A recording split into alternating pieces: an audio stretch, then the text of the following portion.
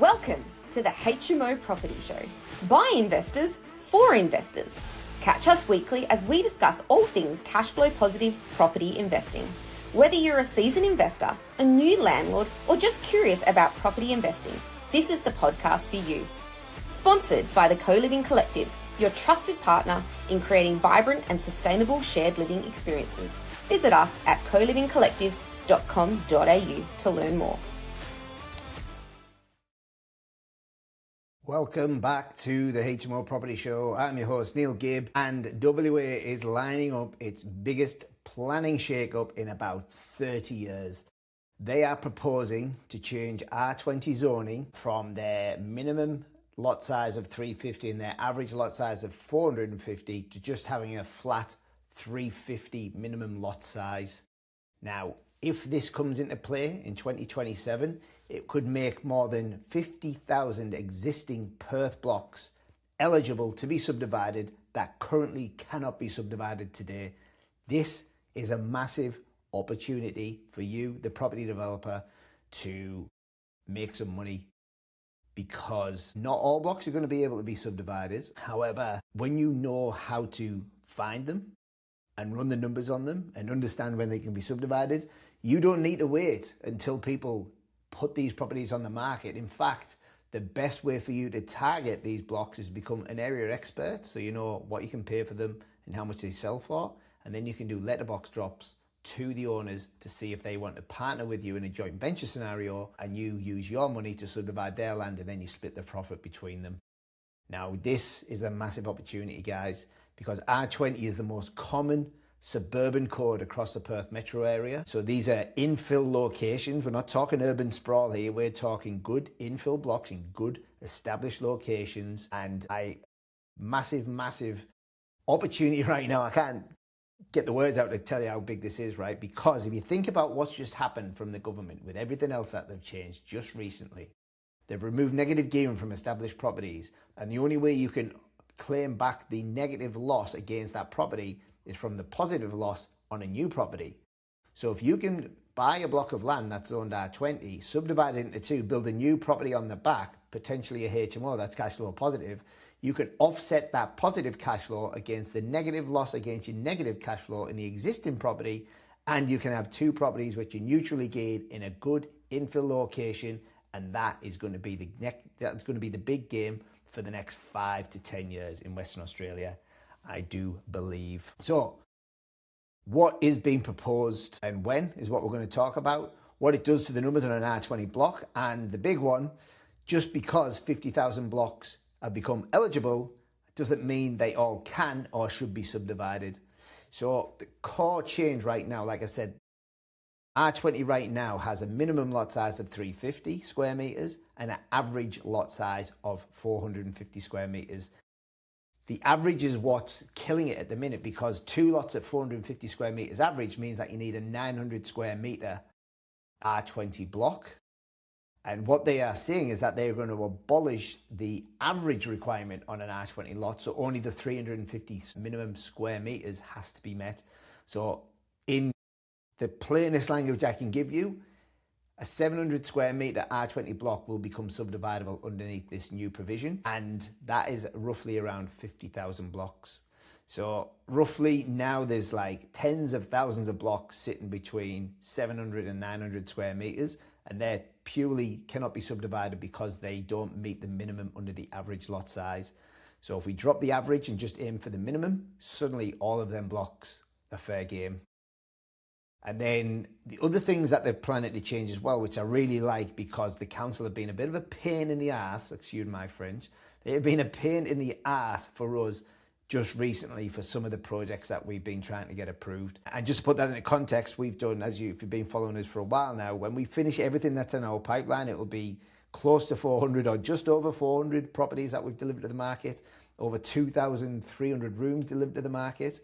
But currently we've got about 70 properties that are stuck because the councils, in their infinite wisdom, have just decided that they now want our HMOs in Perth to go through the planning department. And our argument is, well, you've already approved 3 others in your shire. which went under the deemed to comply provision and got approved as houses, didn't have to go through planning, and they're operational in your shire now, and they don't care. Councils do what they want when they want, right? And this is the other thing, right? This is a state level planning policy or state level provision that they're trying to implement, but local shires could still make this challenging for developers like us as well. So even though this happens, there's going to be a lot more that comes out in the future as they start to sharpen up what can and cannot be done in this, right? So what they've also said is simple projects like single houses, renovations, patios and carports would not need planning approval. So that means all of our single houses that are in planning right now should not be in planning under this new provision. But if you remember last year, Minister Carey also said that granny flats don't need to go through planning. And we went out and bought a heap of blocks for our clients that we were going to build 6-bedders with granny flats on them. And Kwinana Shire said, oh, these need to go through planning. I'm like, hello? The government have just said that these do not need planning, but local governments say, yes, they do. So I hate governments. I just said it out loud. They drive me up the wall. They make our lives harder. But under the provision that single house approval times proposed to halve from 60 days to 30 days. Currently in R40, we can only build double story. The new provision would mean that we can build up a 3-story, and I think that's a good outcome for R40. Really think it's a good outcome. And the minimum parking requirements removed for apartments and granny flats as well, which again is good if you're building granny flats like us. So again, this is a proposal out for consultation. It's not a law yet, so don't go out there buying anything just yet. If you can option stuff, that's a potential. Again, you can do that through letterbox shops and applying to do joint ventures with sellers. And it's not going to be implemented until around mid-2027. So let's say that's going to be the back end of 27, if not 2028. So do not buy a block today betting on a rule that has not been passed yet, team, right? So why is this such a big deal? Because it grows the pool of subdividable land without releasing a single new estate. So Mr. Satterley and Stockland and all them guys, they can keep doing what they're doing. But right now, it means that us as the infill developer, the small to medium infill developer, can now get our access on our hands onto many more subdividable options. And these are in the areas that people want to live. And I think this is a massive opportunity. Have I said that before? I think I've said it about 15 times already in this podcast, and we've only been going for 7 minutes. This is a massive opportunity, guys. Massive. So anyone that's got a 700 square meter block or bigger that's zoned R20, them guys are going to benefit this. Corner blocks, if you've got a 700 square metre corner block, then that meets the minimum lot size anyway because it doesn't need a driveway, so you could carve off 2 350 square metre blocks depending on the location of the house on the existing block, and I'm going to get into that in a bit more in a second. If you own one of these blocks and you are considering selling, I would probably say hold on for a little bit longer because you couldn't potentially increase the value of that block just by this law passing, because all of a sudden someone else can buy it from you and create 2 lots instead of 1, and that means your property is worth more. And if you're also selling, then you need to do the maths on, should I subdivide this myself and sell off 2 blocks, or should I sell this to somebody else and let them create it as well? So the R codes are the residential design codes, and the R zoning or the R number next to it was meant to be that for a hectare of land, that's how many lots you can get out of that hectare of land. So R20 meant that you could get 20 lots out of a hectare of land. R40 meant that you get 40 lots out of a hectare of land. These changes are going to change that because R20 now means you can get more lots out of a hectare of land. So currently the R20 minimum is 350, the average is 450. For R25, the minimum is 300 and the average is 350. For R30, the minimum is 260 and the average is 300. And for R40, the minimum is 180 and the average is 220.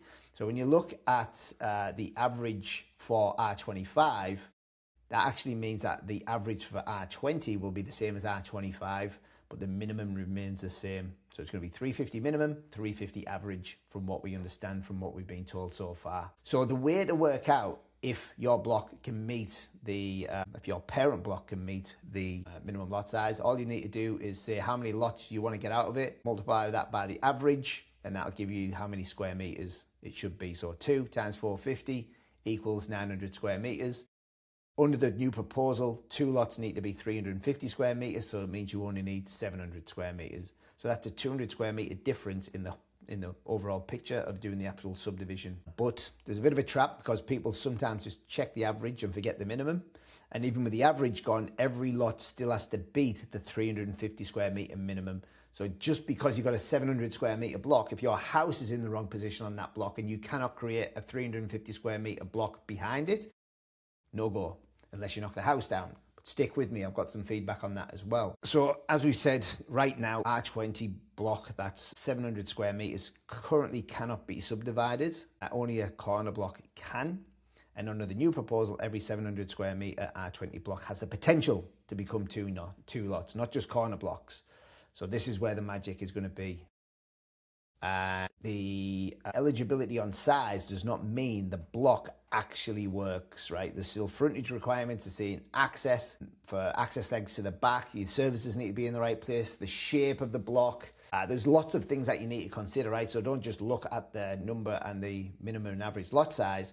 You need to look at the position of the house, the site coverage, the size of the block at the back. There's lots of things that you need to go through. I've got this covered in the Cashflow Academy, and I've got a bit of a deal for you at the end of this. If you listen to the end, you're going to get access to the Academy for free. If we are doing a house behind a house, so retain the front house, subdivide the back, and either sell it as a vacant block or build on the back, you need a narrow access leg down either side of the property, and then that'll become survey strata with a shared driveway. Or if you can create a private access leg with two crossovers leading into that block, that would be great for now.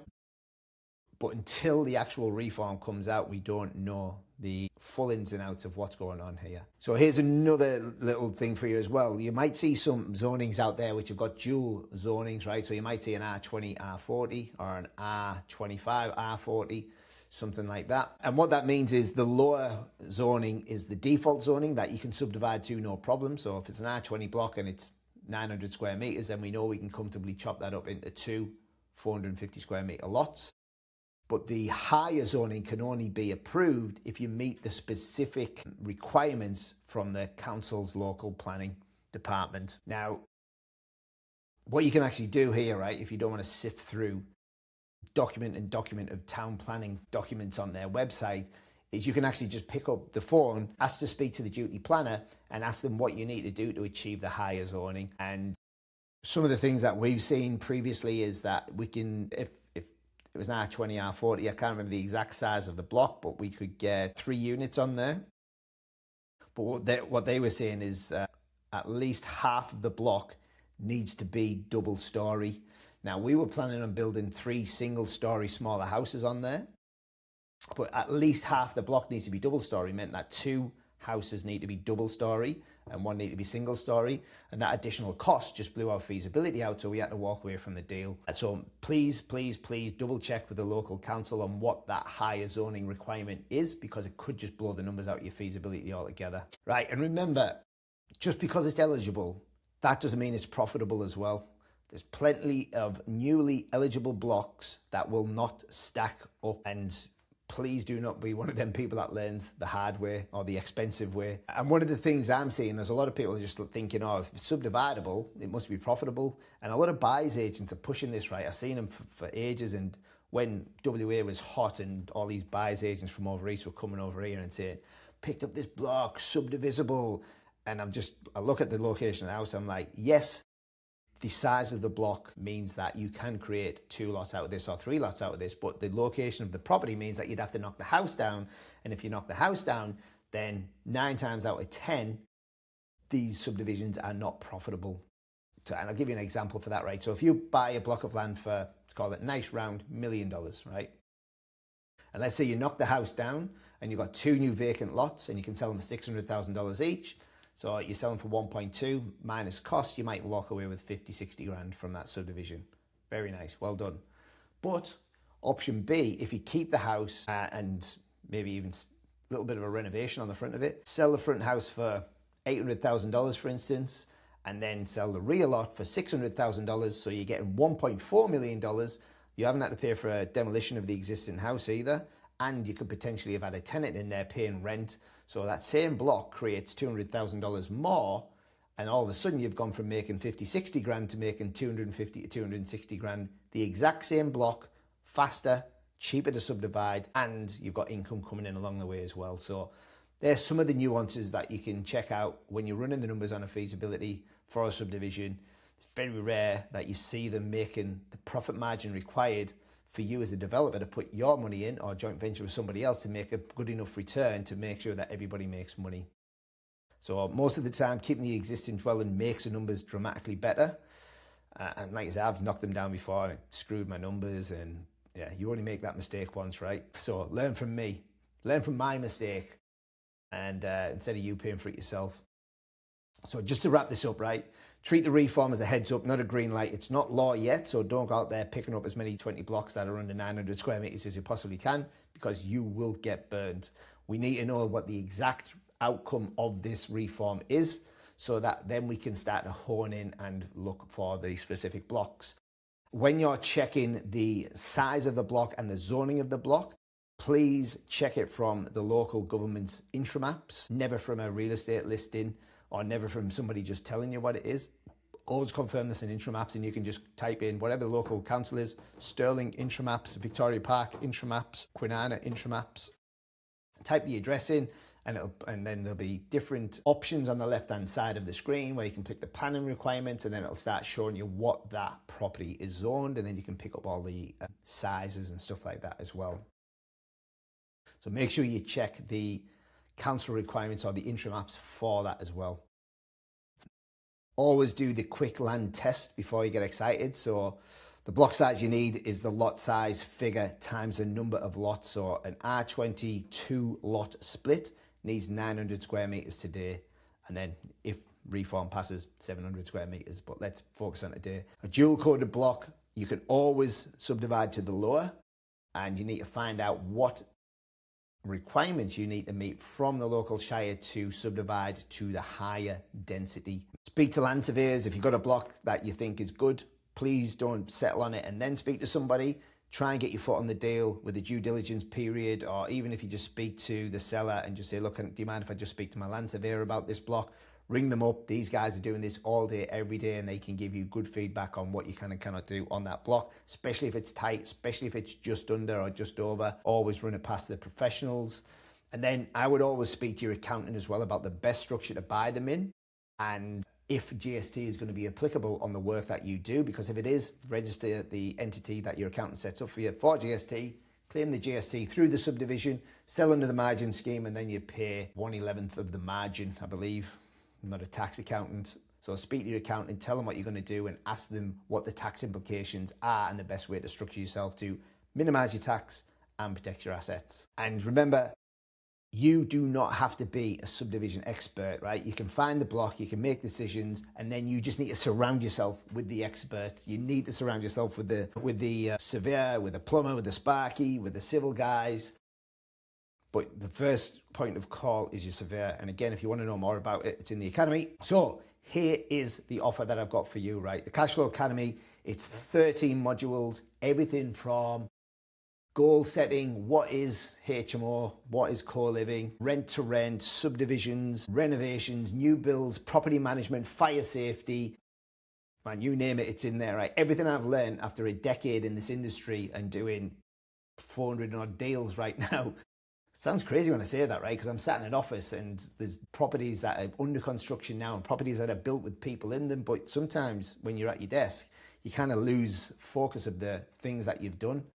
And it sounds crazy when I say we've done over 400 projects now, but it's true, we have. So everything I've learned from a decade in the trenches, doing deals, capital raising, stuff like that, selling joint ventures, how to find them, how to negotiate on them, it's all in there, right? And I'm going to give you access to the Co-Living Cashflow Academy, but I need something from you. What we've created is a sentiment survey. It takes between 3 and 5 minutes to fill out. You can do it anonymously, but what I want to get an understanding of how people are feeling on the ground. So if you're a property investor, if you're a property developer, and you want to give me some feedback on how things are from your point of view, from where you sit on your sofa, around your table, in your job, I want to get some feedback from you. And if you take 3 to 5 minutes to fill it out, I'll give you access to the Academy. And then if you like it, then you can stay in there. Obviously, there's a fee attached to it as well. But if you don't, then we'll just cancel your membership and you move on. And that's absolutely fine. We've given you some value, and you've given us some value in the feedback for the sentiment survey. So there it is, guys. Big opportunity ahead of us right now. Please do your due diligence. Please learn how to do these things properly. If it's not through us, you can contact the subdivision experts, Anton and Marcus Flynn. Them guys have got some really good material as well for how to do subdivisions in Western Australia. So thank you again, guys, and I'll see you again on the HMO Property Show. Thanks for watching. Make sure you tune in the same time next week so you can stay up to date with all cash flow positive property updates.